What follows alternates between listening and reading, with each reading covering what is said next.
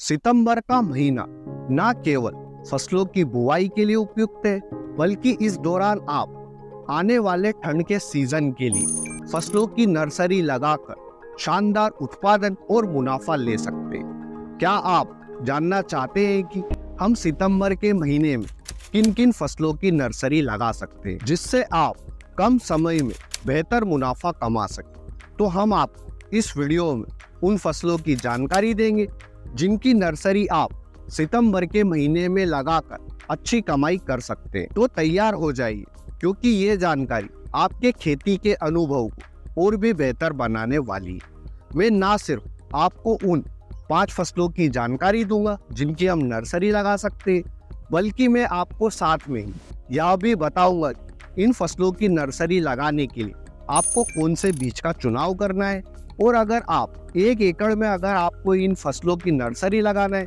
तो उसके लिए बीज की कितनी मात्रा लगेगी यह भी बताऊंगा। साथ ही साथ वीडियो के अंत में मैं आपको यह भी बताऊंगा कि आपको कौन सी विधि से इन फसलों की नर्सरी तैयार करना है, इसलिए इस वीडियो को शुरू से लेकर अंत तक जरूर देखें। सबसे पहले आप वीडियो को लाइक कर दें। हो गया लाइक? तो अब हम बात करते हैं हमारी पहली फसल पर। तो हमारी पहली और दूसरी फसल है फूल गोभी और पत्ता गोभी। आप सितंबर के महीने में फूल गोभी और पत्ता गोभी इन दोनों फसलों की नर्सरी लगा सकते हैं। देखिए, वैसे भी ठंड का सीजन आने वाला है और ठंड के सीजन में सबसे ज्यादा फूल गोभी और पत्ता गोभी ही बिकती है। हाँ, आपको फूल गोभी और पत्ता गोभी का जो भाव है वह तो कम देखने को मिलेगा, पर ठंड के सीजन में फूल गोभी और पत्ता गोभी से हमें काफी अच्छा उत्पादन मिलता है। फूल गोभी के एक फूल का वजन ठंड के सीजन में 500 से 800 ग्राम चला जाता है, और पत्ता गोभी के एक फूल का वजन 1 से 1.5 किलो तक चला जाता है। साथ ही साथ ठंड के सीजन में हमारी लागत भी कम आती है इन फसलों में, इसलिए हमें चाहे भाव कम देखने को मिले फिर भी कमाई काफी अच्छी होती है। आप फूल गोभी और पत्ता गोभी की नर्सरी पूरे सितंबर के महीने में कभी भी लगा सकते हैं। फूल गोभी के लिए सेमिनस गिरिजा और क्लास की माधुरी वैरायटी का चुनाव कर सकते हैं, और पत्ता गोभी के लिए सेमिनस ग्रीन वोयाजर के बीजों का चुनाव कर लें। अगर आप 1 एकड़ के लिए नर्सरी तैयार करना चाहते हैं तो आपके बीज की मात्रा 200 ग्राम के आसपास लगेगी, फूल गोभी की फसल के लिए भी और पत्ता गोभी की फसल के लिए भी। फूल गोभी और पत्ता गोभी दोनों की नर्सरी 20 से 25 दिन में ट्रांसप्लांटिंग के लिए तैयार हो जाएगी। सितंबर के महीने में लगाई जाने वाली नर्सरी की हमारी तीसरी फसल है टमाटर।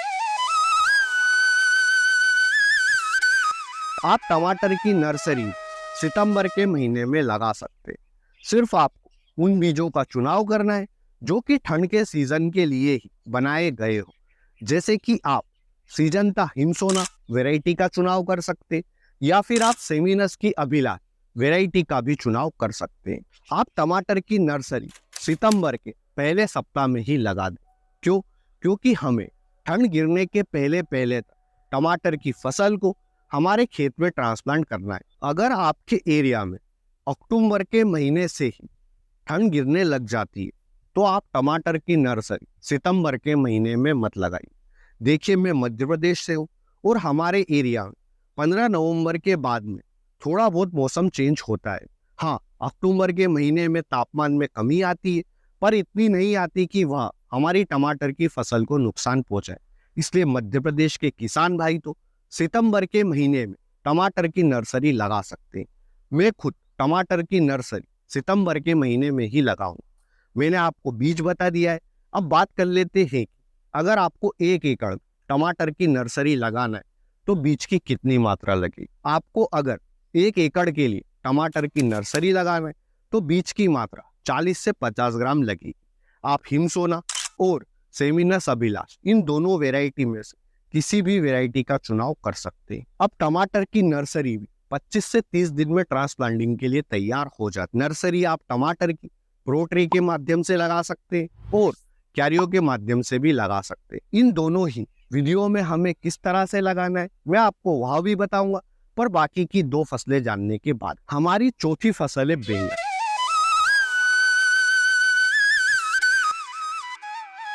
आप बैंगन की नर्सरी सितंबर के महीने में लगा सकते। बीज बोवाई के 10 से 15 दिन बाद आपको बैंगन के बीज का अंकुरण देखने को मिलेगा और 4 से 6 वीक के बाद में आप बैंगन के पौधों का ट्रांसप्लांट खेत में कर सकते हैं। बैंगन एक ऐसी फसल है जिसका हमें पूरे ही साल अच्छा भाव देखने को मिलता है। ठंड के सीजन में भी बैंगन का काफी अच्छा भाव मिलता है।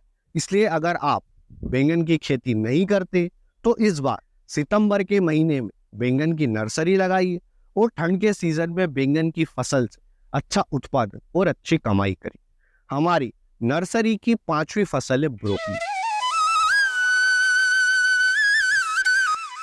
आप ब्रोकली की नर्सरी सितंबर के अंतिम सप्ताह में लगा दें। ब्रोकली उन चंद फसलों में से जिसका भाव हमें 50 से 100 रुपए किलो के आसपास मिलता है, खासकर मेट्रो सिटी के पास में रहने वाले किसान भाइयों के लिए। तो अगर आपके एरिया में ब्रोकली का मार्केट नहीं है तो आप ब्रोकली की नर्सरी मत लगाइए, पर अगर आप मेट्रो सिटी के आसपास रहते हैं तो आप ब्रोकली की खेती जरूर करिए और इस बार सितंबर के महीने में ब्रोकली की नर्सरी जरूर लगाएं। ब्रोकली के लिए आप सकाता कंपनी की ग्रीन मैजिक इस वैरायटी का चुनाव कर सकते हैं। 1 एकड़ में ब्रोकली की फसल लगाने के लिए बीज की मात्रा 100 ग्राम के आसपास लगेगी।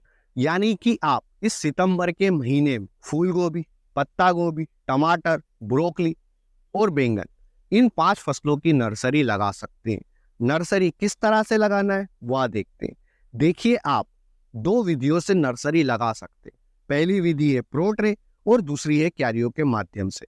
पहले हम प्रो ट्रे में नर्सरी किस तरह से लगाएं वह समझते हैं, उसके बाद में क्यारियों के माध्यम से किस तरह से नर्सरी लगाना है वह देखेंगे। सबसे पहले आप कोकोपीट को पानी से भरे टब में डुबा दें और फिर कुछ घंटे तक इसे ऐसा ही छोड़ दें। फिर आप कोकोपीट में से एक्स्ट्रा पानी हटाकर इसे सुखा लें। अब आप 5 केजी कोकोपीट में से 1 किलो वर्मी कंपोस्ट मिलाएं, 1 किलो पेरालाइट मिलाएं और इन्हें कुछ इस तरह से अच्छी तरह से आपस में मिला दें ताकि प्रो ट्रे में डालने के लिए हमारा मिश्रण तैयार हो जाए। अब आप इस मिश्रण को प्रो ट्रे में कुछ इस तरह से भर दें।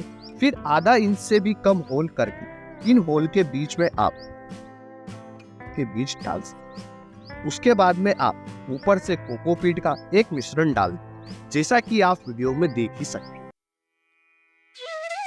आप सबसे पहले अपने खेत में क्यारियों का निर्माण कर लें। क्यारियों की लंबाई 10 फीट व चौड़ाई 5 फीट रखें। ध्यान रखें कि हमें क्यारियां एकदम समतल बनाना है। अब हम इन क्यारियों में गोबर की खाद का छिड़काव करेंगे और छिड़काव करने के बाद में हम इन्हें मिट्टी में कुछ इस तरह से मिला दें। अब आप फूल गोभी, पत्ता गोभी, प्याज, बैंगन के बीजों का छिड़काव कर सकते हैं। आप बीजों का छिड़काव हमारी जो छिड़कन विधि है उसी की सहायता से करें। बीज बोआई के बाद आप कुछ इस तरह से इन बीजों के ऊपर मिट्टी चढ़ा दें। ध्यान रहे कि हमें मिट्टी की एक हल्की सी परत चढ़ाना है। अगर आप इन बीजों को ज्यादा गहराई में बोते हैं तो आपके बीजों का जमाव अच्छी तरह से नहीं होगा। बाद में आप सिंचाई करें। तो आप इन दोनों विधियों में से आपको जो भी सही लगे और आपके लिए जो भी अनुकूल है उन विधियों से आप सितंबर के महीने में नर्सरी लगा सकते हैं। और इस वीडियो में दी गई जानकारी अच्छी लगी है तो वीडियो को लाइक करें, शेयर करें और ऐसे ही इंटरेस्टिंग वीडियो के लिए चैनल को सब्सक्राइब करें। धन्यवाद किसान भाइयों। जय जवान जय किसान।